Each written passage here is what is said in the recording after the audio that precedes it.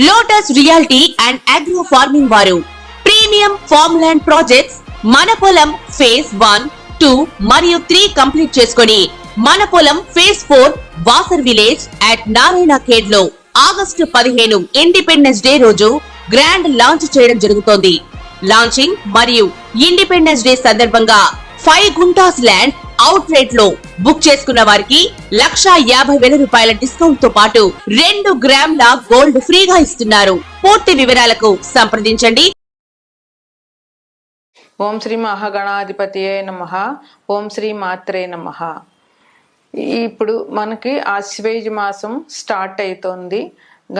గణపతి నవరాత్రులు పూర్తయినాయి. Next October నెలలో October 3వ తారీఖు నుంచి ఆశ్వేజ మాసం మొదలవుతుంది. అశ్విని నక్షత్రం పౌర్ణమి రోజు ఉన్న మాసం ఆశ్వేజ మాసంగా పిలుస్తాము. ఆశ్వేజ మాసంలో చాలా చాలా ముఖ్యమైన పండుగలు ఏంటంటే దేవి నవరాత్రులు. గణపతి నవరాత్రులు కంప్లీట్ అయినాయి. ఇప్పుడు దేవి నవరాత్రులు 9 రోజులు మనం నవరాత్రులు చేసుకుంటాం. ఇది చాలా విశేషమైన పండుగని చెప్పవచ్చు. నవరాత్రులు యాక్చువల్గా 4 ఉంటాయి. 1 శ్యామలా నవరాత్రులు, 2 వసంత నవరాత్రులు, 3 వారాహి నవరాత్రులు, 4వది దేవి నవరాత్రులు. ఇది విశేషంగా అన్ని రాష్ట్రాల వారు మ్యాక్సిమం చాలా వరకు చేసుకుంటారు. ఈ దేవి నవరాత్రుల ప్రాముఖ్యం చెప్పడం ఎవరి తరం కూడా కాదు. ఈ ఆశ్వేజం అక్టోబర్ నెలలో మనకి చాలా ముఖ్యమైన పండుగలు వచ్చాయి. అక్టోబర్ 2వ తారీఖుని గాంధీ జయంతి. ఆయన జాతిపిత, మన దేశానికి ఎంతో సేవ చేశారు. మన స్వాతంత్రం రావడానికి ముఖ్య కారకుడు గాంధీ మహాత్ముడు. ఆయన జయంతి అక్టోబర్ 2వ తారీఖుని మనం చేసుకుంటాము. అక్టోబర్ 3వ తారీఖు నుంచి 12వ తారీఖు వరకు దేవి నవరాత్రులు జరుపుకుంటాము. తర్వాత ముఖ్యమైన పండుగ అట్ల తద్ది 1. అట్ల తద్ది 19/10/2024 అట్ల తద్ది వచ్చింది. ఇది పెళ్లికాని అమ్మాయిలు చేస్తారు, పెళ్ళైన స్త్రీలు చేస్తారు. అట్ల తద్ది నోములు చాలా ముఖ్యంగా ఉంటాయి. పునిస్త్రీ తను ఉండడానికి పసుపు కుంకాలు కలకాలు నిలవాలి అని అంటే అట్ల తద్ది నోములు ఆడపిల్లలు చేసుకుంటారు. తరువాత నరక చతుర్దశి. అది 30/10/2024 నరక చతుర్దశి అయింది. ఆ రోజు తలస్నానం చేసి దీపాలు మొదలు పెడతారు. లక్ష్మీ పూజ ఆ రోజు సాయంత్రం లక్ష్మీ పూజ చేస్తారు విశేషంగా. మరుసటి రోజు 31/10/2024 దీపావళి. దీపావళి అంటే అందరికీ తెలిసిందే. పిల్లలకి పెద్దలకి అందరికీ కూడా చాలా ముఖ్యమైన పండుగ. అక్టోబర్ నెలలో వచ్చే ముఖ్యమైన పండుగలు ఇవి. ఈ ఆశ్వేజ మాసం అంటేనే అమ్మవారని చెప్పవచ్చు. ఈ ఆశ్వేజ మాసంలో ఈ అక్టోబర్ నెలలో మన 12 రాసులకి అంటే 12 రాసుల వారికి ఎలాగుంటుంది, 12 నవరాత్రుల్లో ఏ అమ్మవారిని ఏ రాశి వారు పూజించితే ఏం ఫలితాలు వస్తాయి అనేది నేను ఇప్పుడు చెప్పదలుచుకున్నాను. తదుపరి రాశి కర్కాటకం. కర్కాటక రాశికి అధిపతి చంద్రుడు. కర్కాటక రాశిలో పునర్వసు 4వ పాదం, పుష్యమి 4 పాదాలు, ఆశ్లేష 4 పాదాలు ఉంటాయి. ఈ నక్షత్రాల్లో పుట్టిన వారికి కర్కాటక రాశి అధిపతి అవుతారు. కర్కాటక రాశికి అధిపతి చంద్రుడు. చంద్రుడు మన జీవితంలో చాలా ప్రాముఖ్యతని వహిస్తాడు. ఎందువలనంటే చంద్రుడు మన మనస్సుకి కారకుడు. మనం ఏ పని చేసినా మనసు ప్రధానం. మనసు బాగులేకుంటే మనం ఏ పని చెయ్యలేం. అందువల్ల చంద్రుడు బాగుంటే వారు మంచి పనులు, మంచి ఆలోచనలు, మంచి నిర్ణయాలు చేసుకుంటారు. చంద్రుడు కనుక ఆ రాశి వారికి బాగలేకపోతే, పాడైతే వారికి పిచ్చి పట్టడము, చంద్రుడు బాగలేకపోతే మనసు డిప్రెషన్కి వెళ్ళడము, ఆ డిప్రెషన్ వల్ల ఆత్మహత్యలు చేసుకోవడము, ఇవన్నీ జరుగుతాయి. అందువల్ల చంద్రుడు చాలా ముఖ్య పాత్ర వహిస్తాడు. ప్రతి మనిషికి కూడా వారు పుట్టినప్పుడు ఏ రాశిలో చంద్రుడు ఉన్నాడో అదే రాశి వాళ్ళ జన్మరాశి అవుతుంది. జన్మరాశి చాలా మందికి లగ్నం జన్మరాశికి ఎంత ముఖ్యం ఉందో లగ్నానికి కూడా అంతే ప్రాముఖ్యత ఉంది. కానీ జ్యోతిషం నేర్చుకున్న వారికి తప్ప మిగతా వారికి లగ్నం అంటే తెలియదు. లగ్నం అంటే మన శరీరం, జన్మరాశి అంటే మన మనసు. చంద్రుడు మన మనసు మీద ఆధిపత్యం వహిస్తాడు కనుక చంద్రుడు చాలా బాగుండాలి ప్రతి వారికి, అప్పుడే వారి జీవితం ఆనందదాయకంగా ఉంటుంది.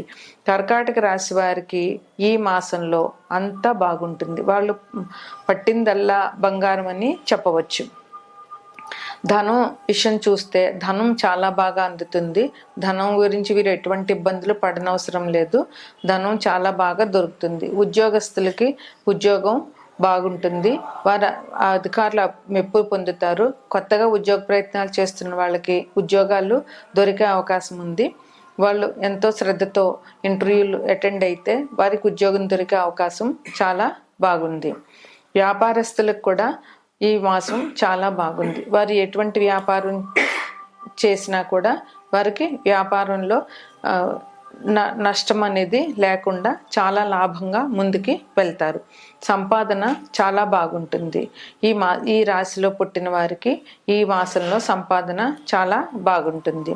స్పెక్యులేషన్ బిజినెస్ చేసే వారికి కూడా స్పెక్యులేషన్లో మంచి ఫలితాలు వస్తాయి. అందువల్ల వారు మార్కెట్ని పరిశీలించి స్పెక్యులేషన్లో ఏ వస్తువు మీద లాభం వస్తుంది, ఏ వస్తువు కొంటే నష్టం వస్తుంది అని ఆలోచించుకుని స్పెక్యులేషన్ బిజినెస్ ముందుకి వెళ్ళవచ్చు.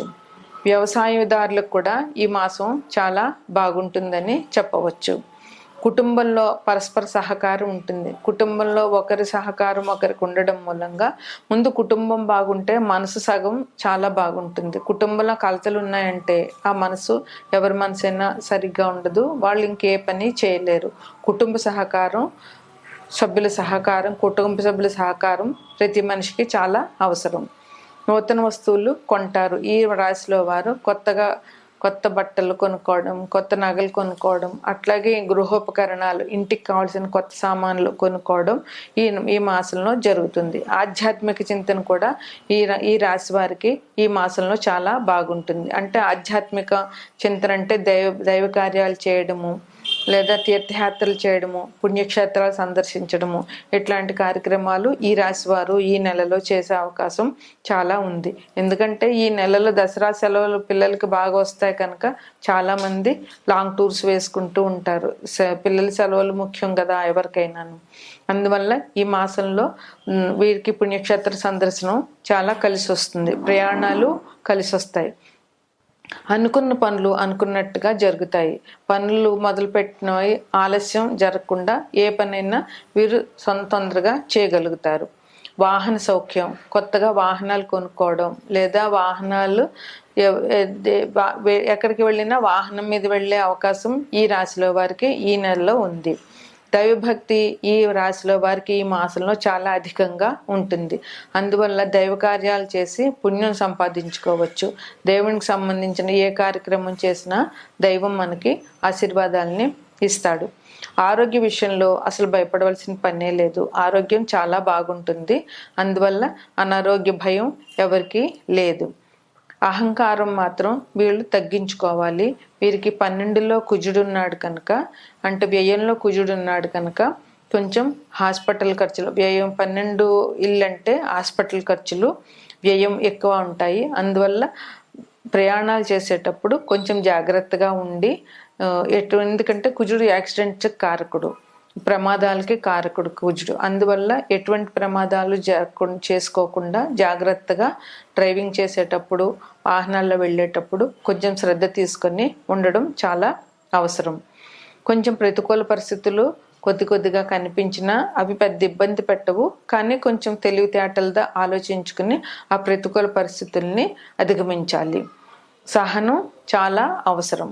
ఈ కుజుడు అక్కడ ఉన్నాడు కనుక అందువల్ల కుజుడు దెబ్బలాట్లకు కూడా కారకుడే, కోపానికి కారకుడు. అందువల్ల కుజుడు ప్రభావం మీద పడకుండా జాగ్రత్తగా 10 మందితో మాట్లాడేటప్పుడు, ఇంట్లో బయట ఎవరితోనైనా మాట్లాడేటప్పుడైనా, ఉద్యోగస్తుల అధికారులతో మాట్లాడేటప్పుడైనా, పిల్లలతోటి విద్యార్థులతో కానీ లేదా టీచర్లతో కానీ ఎవరితో అయినా మాట్లాడేటప్పుడు కోపాన్ని తగ్గించుకోవాలి. కోపం తగ్గించుకుంటే వీళ్ళకి చాలా మంచిది. కోపం వల్ల అనవసరమైన కలహాలు పెరిగి దానివల్ల చాలా చాలా నష్టాలు జరుగుతాయి. తన కోపమే తన శత్రువు అనే నానుడి మనకు ఉండనే ఉంది. అందువల్ల కోపం తగ్గించుకుని ఆలోచించడం అవసరం. ఒకవేళ ఎవరైనా ఒక మాట అన్నా కూడా నవ్వుతూ అక్కడి నుంచి వెళ్ళిపోవడము, లేదంటే మౌనంగా ఉండడము ఈ రాశి వారు చేయవలసిన అవసరం ఉంది. ఎవరితోటి కూడా విరోధాన్ని పెట్టుకోకూడదు. విరోధం వల్ల మనకి ఉన్న సంబంధాలు తెగిపోతాయి. మనుషులతో మన మాట అంటే చాలా కష్టం. మళ్ళా వాడు మన మీద మనసు విరిగిపోతే వాళ్ళు మనతో మాట్లాడే పరిస్థితి ఉండదు. అందువల్ల ఎవరితోటి సాధ్యమైనంత వరకు విరోధం పెట్టుకోకుండా ఉండవలసిన అవసరం ఈ రాశి వారికి చాలా ఉంది. కుజుడి బాధ నుంచి తప్పించుకోవాలి అంటే సుబ్రహ్మణ్యేశ్వర స్వామి ఆరాధన చాలా ముఖ్యము. ఇక లలితాదేవి, నవరాత్రుల్లో లలితాదేవి ఆరాధన చాలా ముఖ్యం. మామూలుగానే పౌర్ణమి రోజు చంద్రుణ్ణి చూస్తూ లలిత చదవడం, పౌర్ణమి రోజు రాత్రి చంద్రుని చూస్తూ లలిత చదవడం చాలా విశేషం. ఇక ఈ నవరాత్రుల్లో లలితాదేవి చంద్రుడు అధిపతి కనుక, చంద్రుడు లలితాదేవి అమ్మవారు కనుక లలితాదేవి ఆరాధన ఈ రాశి వారికి చాలా మంచిది. లలితాదేవికి పరమాన్నం చేయడం, పులిహార అట్లా ఈ రెండు చేసి అమ్మవారికి నివేదన చేసి భక్తులకు పంచిపెట్టి సత్ఫలితాలు పొందగలరని ఆశిస్తాం. దేవి నవరాత్రులు మనం ఓపిక ఉంటే 9 రోజులు నవరాత్రులు చేయొచ్చు. దానికి అఖండ దీపం పెట్టి, అంటే అఖండ దీపం అంటే మొదటి రోజు పాడ్యమి రోజు ఆశ్వేజ శుద్ధ పాడ్యమి రోజు దీపం వెలిగించితే 10 రోజులు అంటే 9 నవరాత్రులు అయినాక 10వ రోజు విజయదశమి పూజ చేసి పూజను ముగించిన వరకు కూడా ఆ అఖండ దీపం వెలుగుతూనే ఉండాలి. ఈ అఖండ దీపం కూడా ఎవరి ఇంటి ఆనవాయితీని బట్టి వారు పెట్టుకుంటారు. 9 రోజులు చేయలేని వాళ్ళు మూలా నక్షత్రం నుంచి, మూలా నక్షత్రం అంటే సరస్వతీదేవి నక్షత్రం, ఆ రోజు నుంచి విద్యార్థులకి పుస్తకాలు పెట్టి తల్లిదండ్రులు విద్యార్థుల చేత నవరాత్రులు చేయించి, నవరాత్రులు అంటే మూలా నక్షత్రం నుంచి విజయదశమి వరకు పూజ చేయించితే పిల్లలకి విద్యాభ్యాసంలో ఎటువంటి అడ్డంకులు లేకుండా మంచిగా విద్యని పూర్తి చేయగలుగుతారని నమ్మకం. అందువల్ల మూలా నక్షత్రం నుంచి పూజ మొదలుపెట్టి ఆ 4 రోజులు చేసేవాళ్ళు కొందరుంటారు. ఇంకా అంత కూడా ఓపిక లేని వాళ్ళు 3 రోజులు, అష్టమి, దుర్గాష్టమి, మహానవమి, విజయదశమి, ఈ 3 రోజులైనా కనీసం అమ్మవారికి పూజ చేసి తీర్థప్రసాదాలు సమర్పించి పూజ చేయడం అన్నది మనకి వస్తున్న ఆనవాయితీ. ఈ నవరాత్రులు సాధ్యమైనంత వరకు అందరూ చేయాలి. ఈ నవరాత్రులు చాలా కఠినమైనవి, ఎందుకంటే అమ్మవారి కృప ఉండాలి. ఈ నవరాత్రులు చాలా జాగ్రత్తగా చేయాలి. చేయకపోతే కొంచెం ప్రాబ్లమ్స్ కూడా వస్తూ ఉంటాయి. అందువల్ల దేవి నవరాత్రులు తప్పకుండా చేసి అమ్మవారిని పూజించాలి. అమ్మవారు ఎవరు అంటే శక్తి స్వరూపిణి, అన్నిటికీ ఆమె మనకి ముఖ్యం. ఆమె దయ ఉంటే అన్నీ ఉన్నట్లే. అందువల్ల దేవి నవరాత్రులు సాధ్యమైనంత వరకు అందరూ చేయడం. ఒకవేళ ఇంట్లో చేయలేని వాళ్ళు ఇక్కడ గణపతిని ఎలాగ నిలబెడుతున్నామో పందిట్లో, అలాగ కొంతమంది పందిట్లో అమ్మవారిని నిలబెట్టి 9 రోజులు పూజ చేస్తారు, ఉదయము సాయంత్రము.